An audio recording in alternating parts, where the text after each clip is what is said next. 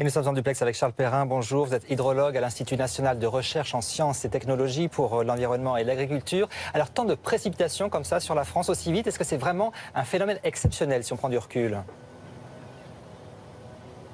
Bonjour, alors oui, effectivement, il y a eu des pluies là, ces dernières 24 heures qui ont été assez exceptionnelles. Par exemple, en Ile-de-France, là où il y a eu le problème avec le RERB, il est tombé de l'ordre de 80 mm en 24 heures. Pour vous donner un ordre de grandeur, en un mois, en région parisienne, il tombe de l'ordre de 50 mm. Donc c'est vrai que ce sont des pluies très importantes. Il faut remonter à 1993 là, pour trouver des pluies aussi importantes sur une telle période. Donc ce sont des pluies qui ont généré beaucoup de ruissellement localement et qui ont causé des dégâts importants. Oui. On explique aussi la montée des eaux. Est-ce qu'il faut mettre en œuvre des dispositifs pour drainer les territoires qui sont particulièrement sujets à ces inondations ?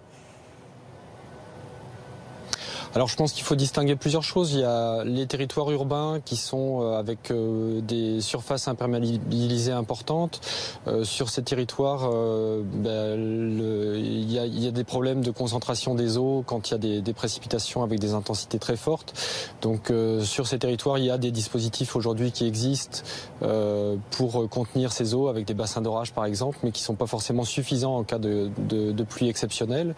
Sur les territoires ruraux, là les conditions sont différentes. Il y a du ruissellement lié aussi aux précipitations, mais ce sont des territoires qui sont naturels, qui absorbent l'eau jusqu'à un certain degré et puis après qui peuvent plus stocker l'eau parce que les sols sont saturés. Donc il y a un phénomène naturel lié à la saturation des sols qui fait qu'on ne peut pas, au-delà d'une certaine limite, stocker une quantité d'eau. Donc on ne pourra pas trouver des solutions techniques à tous les problèmes liés à ces pluies intenses. Ça veut dire qu'en ce moment, les nappes phréatiques en France sont vraiment engorgées, qu'à la moindre précipitation assez importante, il peut y avoir des inondations ?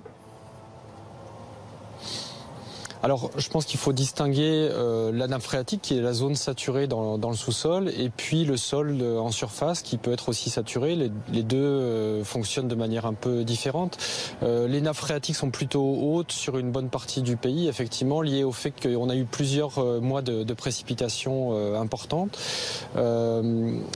Maintenant, c'est vrai que les pluies de ces derniers jours ont aussi contribué à augmenter cette infiltration vers les nappes, mais surtout à engorger les premiers dizaines de centimètres du sol qui contrôlent la réaction immédiate des bassins versants.